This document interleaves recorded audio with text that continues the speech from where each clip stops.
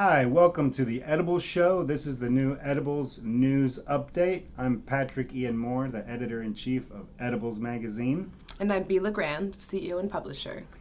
And this is a new feature that we're going to be doing so that we're covering all of the latest things happening, the hot topics, the things that are out there in the news that everybody's talking about, doing some fact-checking, clearing up the information, and bringing it to you. So we're on Instagram Live, as well as recording this for our website and our show. So the latest news, we are spilling the tea. Lowell Herb Co has a cafe in West Hollywood, and they are being accused of giving a patron herpes for not cleaning their puffcos.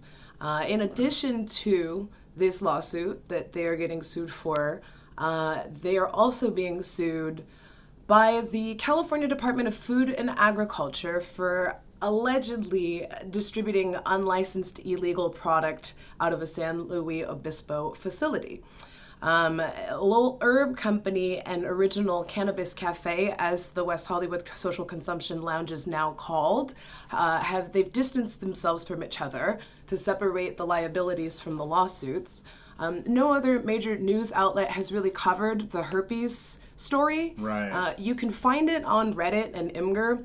There was an in poor taste meme that Lowell Cafe had responded with on Instagram. You can find it and you can read it on our articles on the website and in our app. We have a picture of it posted there. Unfortunately, I guess, being like a first and early adopter was something like the first nationally recognized social consumption lounge in Los Angeles in the nation. They're being targeted by a number of different lawsuits. So in addition to the Department of Food and Agriculture, they're also being sued by the Attorney General from the state of California, also for alleged illegal, illicit activities. So that's the latest in that news update. You can tell on Yelp that they had a poorer rating a couple months ago. They just opened in October, and if you go and you read the Yelp reviews, people were upset with bad service. They were complaining that their bud tenders or their waiters were high, and they were acting like they didn't care. Right. And there was also reports of bad food or just like having their reservations canceled on them because some other group came in. So there were a ton of really, really pretty crappy reviews. I was overwhelmed by the amount of 1, 2, and 3-star reviews they had on Yelp back in December. In the last couple of weeks, they've had a number of increasing 4 and 5-star Yelp reviews. So their rating has gone up to an overall 3.5 rating on Yelp. I haven't actually personally been there yet, but our friend has. Our neighbor in our building went and gave us his feedback and his review of the situation. They had reservations. You have to book in advance ahead of time.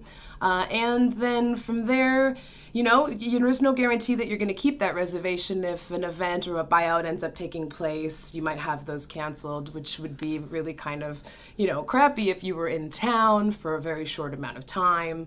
You can't bring your own weed without paying a house fee. You can't smoke your own weed without renting a bong or a vape, which is why this girl who's suing them for allegedly getting herpes there. Right. Now that's the part of the story that really, that's the clickbait of this. But also, this is a serious, I've never ever heard of it. I'm sure scientifically it makes sense. And we know herpes, it's an infection. It's not considered a disease anymore, and we're not trying to stigmatize herpes. It's the cleanliness on the end of going to, because this should be the same, at least as clean as a restaurant, at least as clean as a bar. They have to comply with a number of different regulatory agencies, not just the Department of Health, but also, the Bureau of Cannabis Control, who licensed them for consumption. It actually ended up being a micro business type license type because the state doesn't have a mirroring social consumption lounge license type. WeHo's the only city that's authorized that. And honestly, maybe I'm a little older. I'm not super social outside of work, so this model is maybe not geared toward my demographic necessarily. like we don't go to consumption lounges that often. Well, I don't we're know heavy that smokers, so Right. we're not going to go and pay $30 to $40 or $50 to go smoke my own weed. I'm going to go smoke my own weed and maybe enjoy their food, maybe. And know? it seems almost like it's based on a model of like an actual speakeasy prohibition era model where you get a bootleg bottle of booze, you go out to a club, they give you glasses and some seltzer, and then you make your drinks under the table and pretend like you don't live in a prohibition era. I'm not sure I get it. I mean, I've seen the pictures. I've seen video. BuzzFeed did a cool review about it. I think it looks beautiful. It looks gorgeous. Yeah, the place looked cool. I mean, I wanted to go at least just to write about it for the magazine. Yeah, and if you're Never paying got for around to it. ambiance, that's great. But in this particular case, the woman complained about her story, basically saying that she rented the Puffco vaporizer, dry herb vaporizer, and 5 times they had to change out the Puffco because it wasn't working and they were having technical difficulties with it, or they just couldn't figure out how to work it. I don't know if there were problems with the atomizer. But each time she said she never saw it cleansed. She was never offered any alcohol wipes. She was never offered any kind of cleansing utensil, anything at all. And I mean, then she says that she saw a manager that had a herpes outbreak, and later within 2 days, she's saying this happened November 1st. Within 2 days, she's saying she had an outbreak of cold sores in her mouth. And now we see official Mormion on Instagram says, I call herpes accusations BS. Well, I mean, and we don't necessarily disagree this with could you. be true. This is something that she's going to have to prove in court. She's going to have to verifiably prove that she didn't have herpes before the oral simplex virus, and that she got it after. And then she's going to have to prove that that was medically possible to contract within 2 days. You know, most times when you have herpes, it's dormant in your system. It could be dormant your whole life. And then all of a sudden something triggers it, and you have cold sores now. But you had always been positive for the virus. You just never exhibited cold sores, and your body had an immunity to it. It could be an immunosuppression thing where she ended up having the outbreak later. I mean, tell us what your thoughts are, comment and let us know. And if you don't know what a Puffco is, it's a dry herb vaporizer. It's got a glass piece, mouthpiece, easy to clean, and they should be providing alcohol swabs and wipes. Right. But part of her complaint was that she initially wrote the cafe when it was still called Lowell Cafe, and they wrote back initially saying, we take this really serious, it's very important to us, and then dead silence, nobody says anything, no response, no nothing. So, I mean, was it handled not professionally? Maybe. Who knows? Maybe they're just trying to protect themselves. Meanwhile, they have themselves 2 lawsuits from the state of California, and they got raided. Thousands of pounds of flour and product were raided from a slow facility, San Luis Obispo, that is allegedly, the owner, I guess the owners would be Lowell Herb Co, is what the state attorney general's accusing them of. Right. And so, I love their pre-roll packaging. I'll say that for sure. It's the old great box packaging with the matches and the little wooden thing. It's very But we have heard news vintage. Reports in the past that they have tested positive for pesticides. Part of the thing that the attorney's lawsuits from state of California was that they were, not only had they illegally processed it, but they illegally processed it in 2018 without having a license. Which, I mean, is that an insider tip? Did somebody rat them out? I mean, that's very specific. Someone would have had to tip them off. So. And it's somebody, best THC ice cream around, I guess, was available there at Lowell's, now the original. Maybe check it out. Yeah, that sounds good.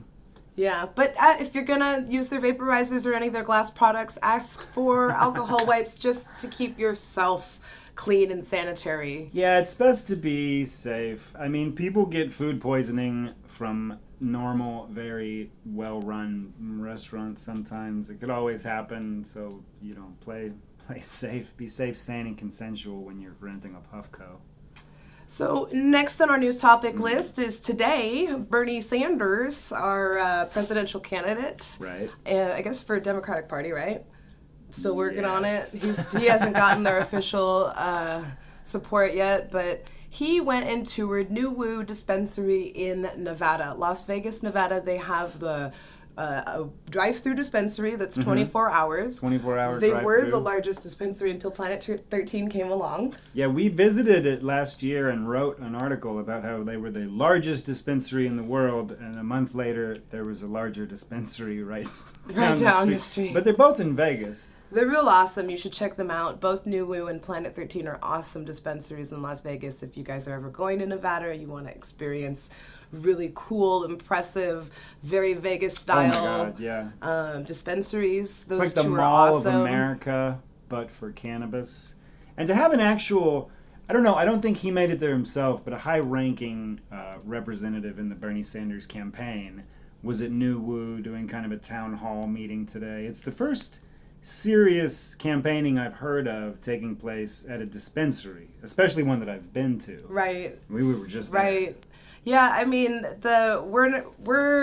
we don't have any, we're not saying we're totally for Bernie Sanders, but if you are looking for the candidates that are most friendly towards cannabis and cannabis federal legalization, both Bernie Sanders, Andrew Yang, and Elizabeth Warren are for reform when it comes to federal laws regarding cannabis and medical cannabis. Yeah, I think Bernie Sanders and Andrew Yang are probably the top two. Warren would be a close third. If you agree, disagree, or have other information and you're on Instagram right now, let us know. If you're watching this later, feel free to comment about this. We're gonna take these seriously, so you'll hear back about it.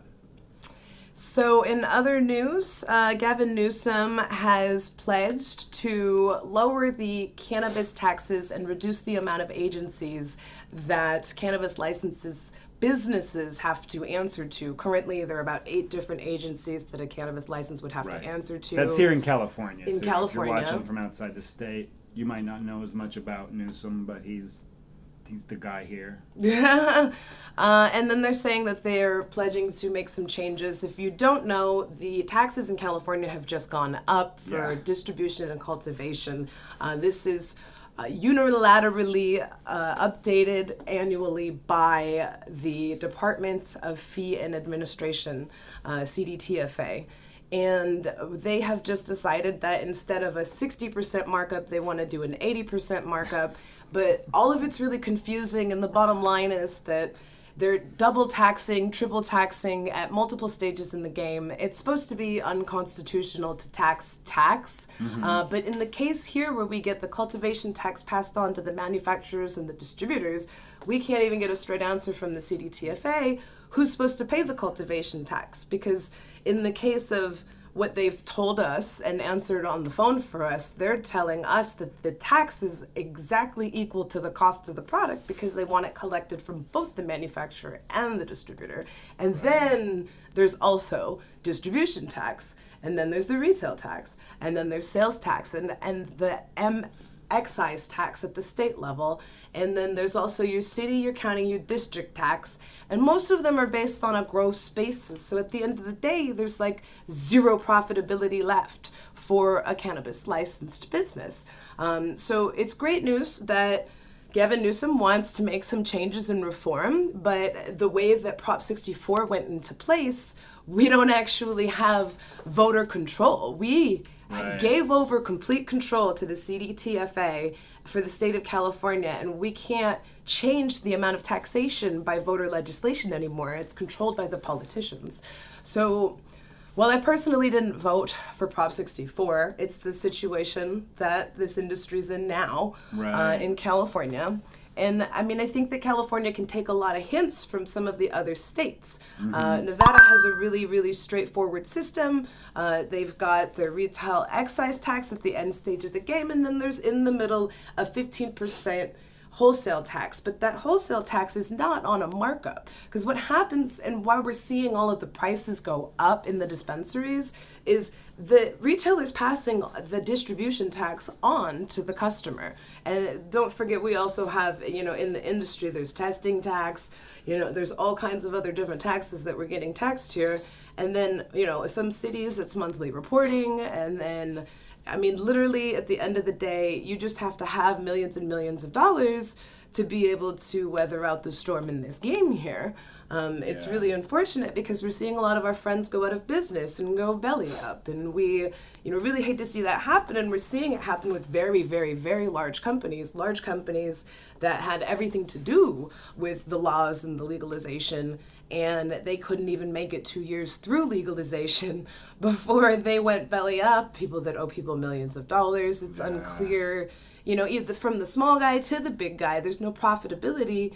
There's, and then the retailers are having problems, so they don't pay their bills. So then the distributors are suffering, and then the manufacturers suffer. And then it's just one of those things that it's like, it doesn't make sense and we need to reevaluate. But I think that the general consensus is that nobody wants to pipe up. Everyone wants to keep their mouth shut and keep their head down because they're afraid that they're going to be targeted, and punished for it. Official Mormorian, I hope I'm saying that right. Appreciate the question. They are asking, where is the profit? Where is the profit? We wish we you knew. Tell me. We're trying to find out. Like that's kind of the point that we're making is there's zero profitability left. And everybody's just kind of hanging in, trying not to offend anybody, hoping on. The laws are going to change hang someday. In there. And we'll be here. It's just literally that cat poster that you got to look at. Hang in there, because if the people in the industry can weather out the storm for the next 3 to 5 years, then maybe the big guys, big alcohol, big pharma, big tobacco come in and start lobbying to lower the taxes. I mean, obviously the number one side effect of this is that it's driving the black market. And, I think that Gavin Newsom's office thinks that by, continuing the taxation and harder enforcement, that's going to decrease the illicit market. But in actuality, what it comes down to is it drives the black market. I mean, nobody wants to pay $70, $80 out the door for an eighth. I mean, it makes full gram cartridges $100, $120 out the door. If you can get it, you're paying $90 for an eighth out the door. And then it directly has this domino effect where it's causing the vape crisis, because it drives the black market, then you have more access to the illicit vapes because there's a demand, supply demand, You're cutting it with vitamin E acetate. People are getting that cause sick. Lipid pneumonia, they have pesticides. Oil, it's terrible. I mean, the way to reducing the taxes, which is eventually what Washington and Colorado did. At the end of the day, they reduced the amount of taxes after they went forward with legalization in order to drive legal sales and cut down on the amount of black market sales. Unfortunately, the profit is in the black market. That's in reference to the licensed market, because I can't really comment how profitable the black market is. I think the estimate on the research was that it was going to take at least 2 to 3 decades to reduce the size of the black market with cannabis legalization. Right, but the fact that they pay absolutely no taxes and there's no regulations, I mean, if you do we're have not a cannabis license, that you get into the black market, but the money's probably in selling the license. The license off to some other larger company, and mergers and acquisitions are the way to stay in the game. And that's what we're seeing left and right, is not everybody either has the resources or can make it through. Oh, okay. Official Mom Orion. Got it. That's how okay. Thanks for your comments. It's insightful. It's nice to have some feedback. Everybody else, feel free to jump on. If you're on Instagram, like we said too, feel free to leave comments. We will answer them. What else? There's new cannabinoids being discovered in Italy, of all places. They are conducting research in Italy that has discovered 2 new cannabinoids, THC-P and CBD-P. And they are estimating that they are cannabinoid profiles in the plant that are 30 times more potent than THC potentially. So that's really interesting and awesome. And that's 30 times more potential and potent. Yeah. What does that mean? Well, I mean, in my head, my understanding is that decarboxylating is what activates a lot of the cannabinoids. So if you were to isolate and concentrate THC-P, you could heat it, smoke it, decarboxylate it, add it to something, and you would have a more potent cannabinoid that's more effective than THC or CBD alone. So the medicinal benefits are going to be greater. possibly, and you're well, gonna and get there's also higher. that entourage effect too. Right. So, I mean, obviously, the isolated compounds are not nearly as effective unless they have all of their buddies and friends with them. But Like on Entourage, the program. But it's really interesting that medical research like this is taking place in other countries because Right. we're prohibited from being able to do this kind of research in the United States. And you don't think of Italy immediately. It's not one of those countries like Jamaica or the Netherlands that comes to mind as like a big Hemp or cannabis cannabis. place, But it is on the Iberian Peninsula, and Right, very Spain, in addition to Israel, is where some of the actual THC research is coming out of, that they're doing really, really innovative discoveries when it comes to the use of THC in cancer. True. In- So how soon can we try these new cannabinoids? Well, I think that's yet to be seen. And now that we know about them, we can find some extractors that want to experiment with these profiles. Awesome. In other news, Illinois had gone recreational, and they initially sold out of weed and had to close their doors for recreational sales until they could produce or grow more product. In Illinois, how they had set up the system was that the medical licenses were able to take their inventory and turn it into recreational inventory, but it was only a limited amount that they could do. Yeah. So the demand was so high that they immediately sold out. And The state sold out of weed. yeah, I mean, how often do you hear that, right? I've never. That's a new This is one. the first time I've ever heard of that. Anybody watching from Illinois right now? Possibly Chicago people or anything? Somebody says right. Yeah, right. Better pre-rolls. They did. He might be talking about the Italian cannabinoids. Well, in Michigan, they have now voted it recreational, and they are also going recreational. So I think what we can learn from the rest of the nation is that some of these laws in California could be slightly better. Yeah, if you are in another state, you're helping to lobby, or you're even thinking about what you're going to vote for, be really careful, because if you're rushing to just get the cannabis out there so that you can go to a store and you can buy it and you don't have to have a medical card and you don't have to worry about getting arrested. I mean, those are great things. That's a nice motivation. But if you're not super careful, you're spending $100 for an eighth of weed that some people like us, that lasts us like 10 minutes. I mean, honestly, for being honest about it. An eighth of weed doesn't go far in California these days. And that is expensive. Yeah. I mean, that's crazy expensive. Oh, no, I mean, edibles are $15, $20, $30 for less than 100 milligrams. It's hard to get your medication, you know? But when we're visiting somewhere like Oklahoma, they are still having candy bars that are 300 milligrams. The prices aren't so bad. The tax isn't so bad. It's medical and not recreational, but it's kind of like going back in time to Los Angeles in 2011, sort of, or something like that.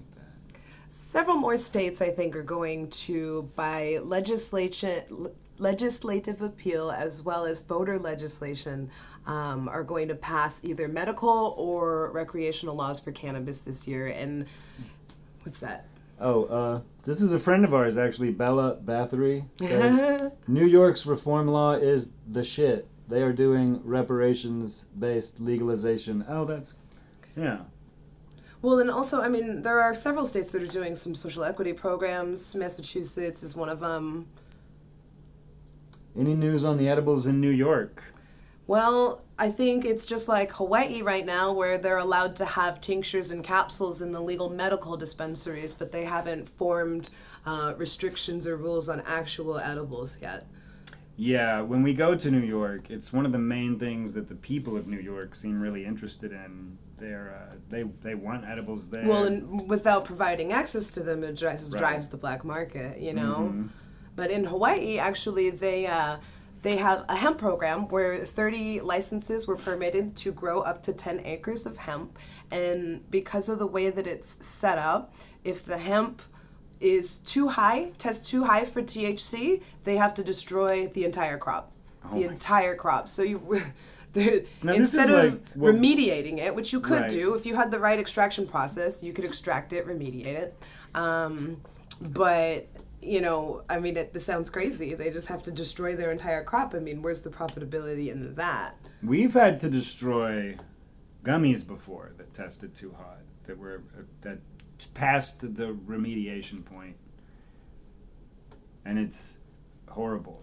Well, and I mean, even if you have, say you're a cultivator and you have passable levels of pesticides or pesticide amounts that are allowable by the state, once you take that and you concentrate it down, now you have a higher than allowed amount of pesticides in your either crude or distillate oil, and there's only so much you can do before, if you lab test it and it tests for pesticides, you have to remediate it, and then there's extra costs, and all of these costs end up putting a company out of business. Like, we're seeing so many people just give up in California. Right. It seems like a real dire situation, and there are a couple of organizations that are putting together initiatives to try and talk and negotiate with Gavin Newsom's office, right. The California Cannabis Business Association. There's a number of different groups that are trying to support taxation change for California.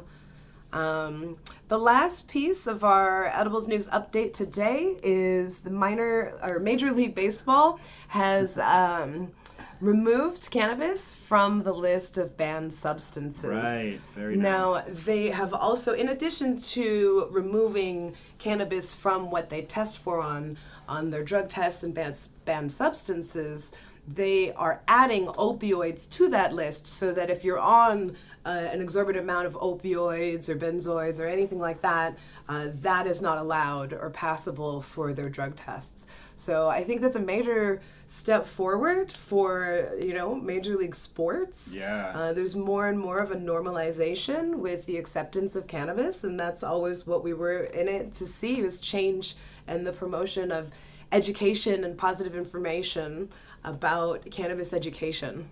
Mm-hmm. I mean, we know a few athletes, John Sally, people like that, who are big advocates of cannabis. Die-hard fans of cannabis. I would imagine that baseball is one of the better games, one of the better sports to play if you have been smoking a lot of cannabis, or if you've been using a lot of THC, because you get to sit on the bench a little longer, there's less running, it helps your focus, and it's just easier. Like, it's a slower game. But it's more of a thinking. I think the NFL probably stands to have the most benefit when it comes to cannabis, because you've got traumatic brain injury, right, CTE, and there's actual hard medical evidence that proves that CBD and THC can repair those types of brain injuries. So, more change every step of the way. We're seeing more change, both in pop culture. Every movie we see, every TV show I've watched, I'm starting to see references to cannabis and CBD over and over and over again. Talking about CBD in a major mainstream comedy release. We just watched Long Shot with Seth Rogen and Charlize Theron. They talk about medical marijuana. They smoke a blunt. They put CBD oil in LaCroix cans filled with Johnny Walker Blue. A lot of, and Seth Rogen, we've written about this before too in the magazine. His cannabis references are more believable. On point. Less ridiculously exaggerated by Hollywood standards, but still really funny. If you go back, 40-Year-Old Virgin, Pineapple Express, Neighbors 1 and 2, The Interview, this movie, it's just, if Seth Rogen's in it, you know that if they talk about weed, it's not going to be on point. Yeah, it's on point. He knows what he's talking about. Yeah. And keep up with us on our next issue coming out soon. If you're looking for some cannabis or CBD events to go to, some that are upcoming. This week, if you're a buyer in the industry, there's WeedCon West, the 22nd and 23rd of January. January 25th in Hollywood at Bar Sinister, if you want to go out to a Gatsby-style Prohibition-era cannabis-themed Hollywood club event. We're sponsoring that. The magazine's sponsoring that. Yeah, you'll see the magazine there. Mm-hmm. And then the Hawaii Cannabis Expo, if y'all want to go to Hawaii and check it out, February 7th, 8th, and 9th, they have, it's only $5 for the Friday, $15 for Saturday, $15 for Sunday, and it's everything that's cannabis or hemp inclusive in the Hawaiian Islands. Right. There's also NCIA Boston, the National Cannabis Industry Association, is doing a Northeast Cannabis Business Summit in Massachusetts, and that is worth checking out in the third week of February. Also in the third week of February, right before leap year, is USA CBD Expo, and if you would like a discount on your entry tickets, use the coupon code EDIBLES. Right. We're going to be at that one. That's in Vegas. Yeah, we have a booth there, usacbdexpo.com, hawaiicannabisexpo.com. You can look up NCIA Boston and WeedCon West, January 2020. Keep watching. We'll be doing a lot more of these some news updates weekly for you guys. Thank you for commenting, everybody. Thanks for tuning in. When is that? Which one? CBG is great for the brain. CBN. We're not sure which event, but if you check our events calendar on our website, everything is listed there. We're ediblesmagazine.com. We have an event guide with all of the cannabis events you can check out. And tune in next week for another weekly news update from us. And you can read any news updates, learn about cannabis, CBD, hemp, all of that great stuff. And we have some online word puzzle apps that are going to be launching soon. If you are on an Android device, we've launched a Canna word search. Search Google Play for Canna word search. Brought to you by Edibles Magazine. It's so fun. It's addictive. We can't stop playing it. And it's just a fun way to pass the time if you're looking for a game to play. And learn how to spell some hard cannabis terms, too. Once you play it enough, you will never have a hard time spelling trichome or decarboxylation again. And right now there are 6 categories and levels. We were going to be adding more levels, more categories monthly. So check that out. Google Play, Android, and eventually they'll be on iOS. But if you are on an Apple, you can enjoy our news app and our back publication app where you can see all of our old issues of Edibles Magazine. All right. Thanks so much. Thanks for tuning in, guys. We'll see you soon.